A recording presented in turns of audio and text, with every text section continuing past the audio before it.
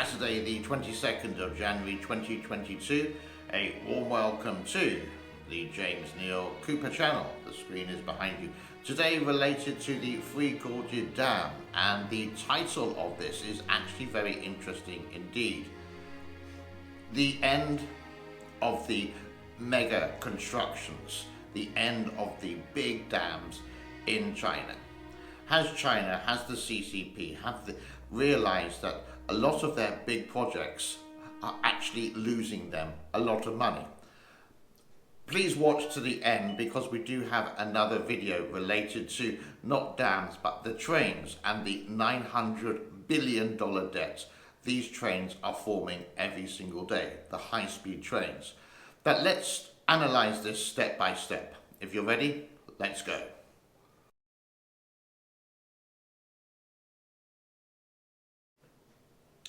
First of all, the cost of actually making the Three Gorges Dam. It started construction in 1994, and basically 2006 it started to be operational at a cost in American dollars of $38 billion.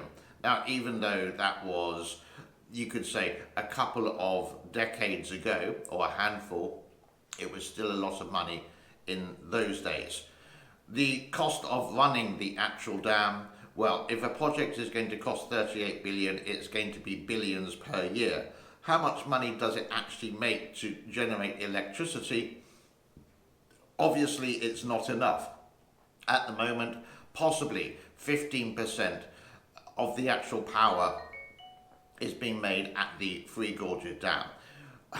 So what's the point? Smaller dams have proven more effective and cheaper and economical and environmentally friendly.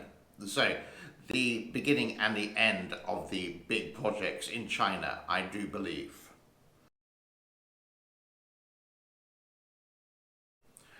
Maintenance of such a big construction again comes into cost, and absolute billions to maintain this. When it was built for 38 billion American dollars, there was a lot of corruption. A lot of officials must have taken possibly about $18 billion out of cash, this money being poured into the Three Gorges, because it's the biggest, the longest, the tallest, the widest. China is addicted, the government is addicted to doing the biggest thing in the world, but they want to do it at the cheapest price. Yes, their labor is low, but when you have low labor costs, you're not going to get the quality of a craftsman, a skilled craftsman indeed. Maintenance, you can see the cracks, you can see sometimes the cranes are being repaired. We've all seen it on this channel.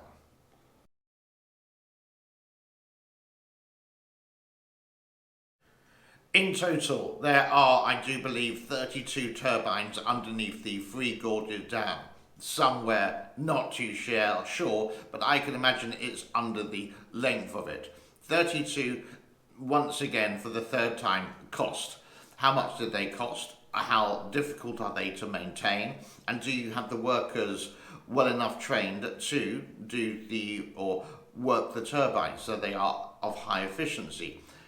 It seems not the case.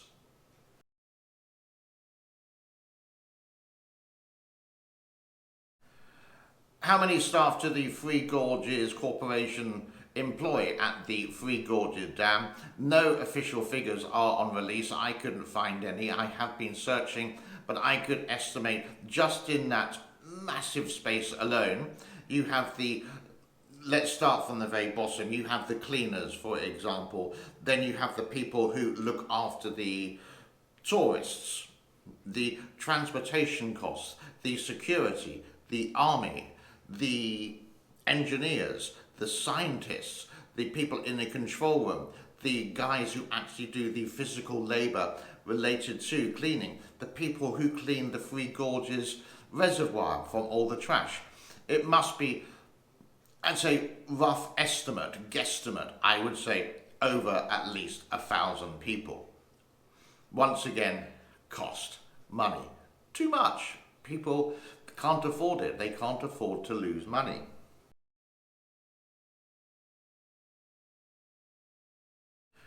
The solution is to swallow pride. It didn't work. It's not working.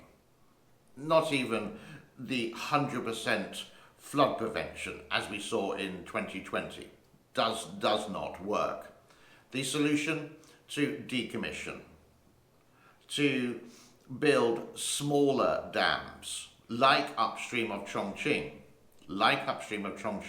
smaller dams, more controllable, cheaper, less staff, easy to run, and you can control the Yangtze River because you have stepping stones of these dams, not a complete dam, maybe partial dams throughout it.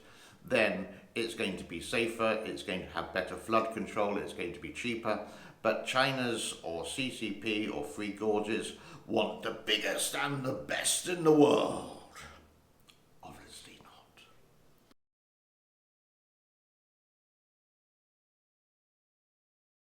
I could imagine what the future is going to be like in China.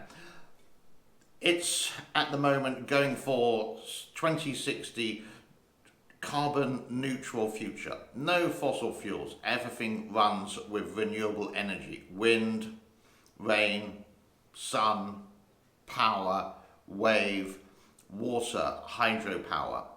I think they will continue to build dams, but I think once the news dies down, I think coal will come back into play because it's an abundant source. The people now in power, when 2060 comes, will be long gone. There'll be a new generation. They will sort of go cut costs and just keep quiet about their coal production. And if you have state media, state-controlled media, you can really cut down on what goes out to the big, wide world. So I think it will just go back to fossil fuel and you'll go back into the pollution. Maybe this is me bleakly speaking, but does China always keep their word?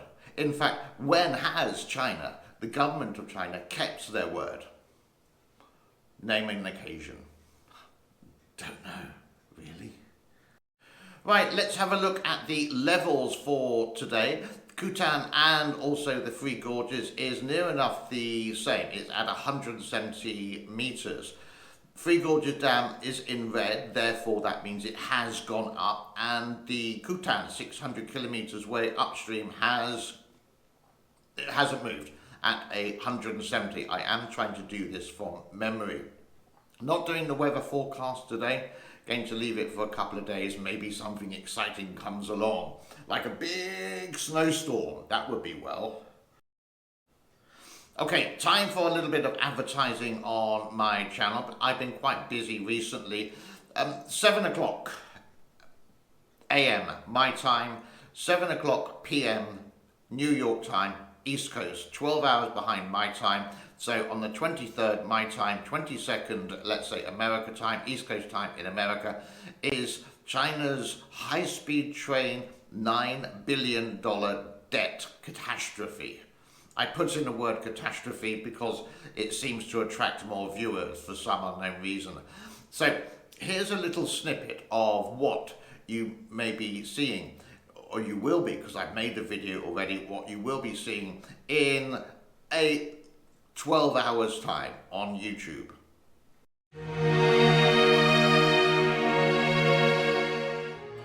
Ah, the romance of travelling by train.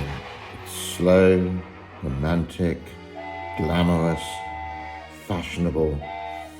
Oh, those were the days.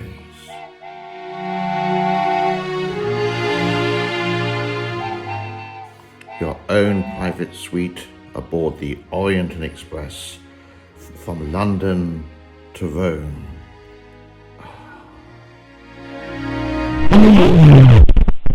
And also yesterday, for some unknown reason, I got a really low number of people who watched. Only like 200, 300, 400 people with subscriptions of 30,000. Don't know why, but I did another video to compensate that. Something that I just put together, maybe in a little bit of a hurry, but it's pretty good. And it's about volcanoes, earthquakes in the world, and it looks a little bit like this. Here's a sneak peek for you.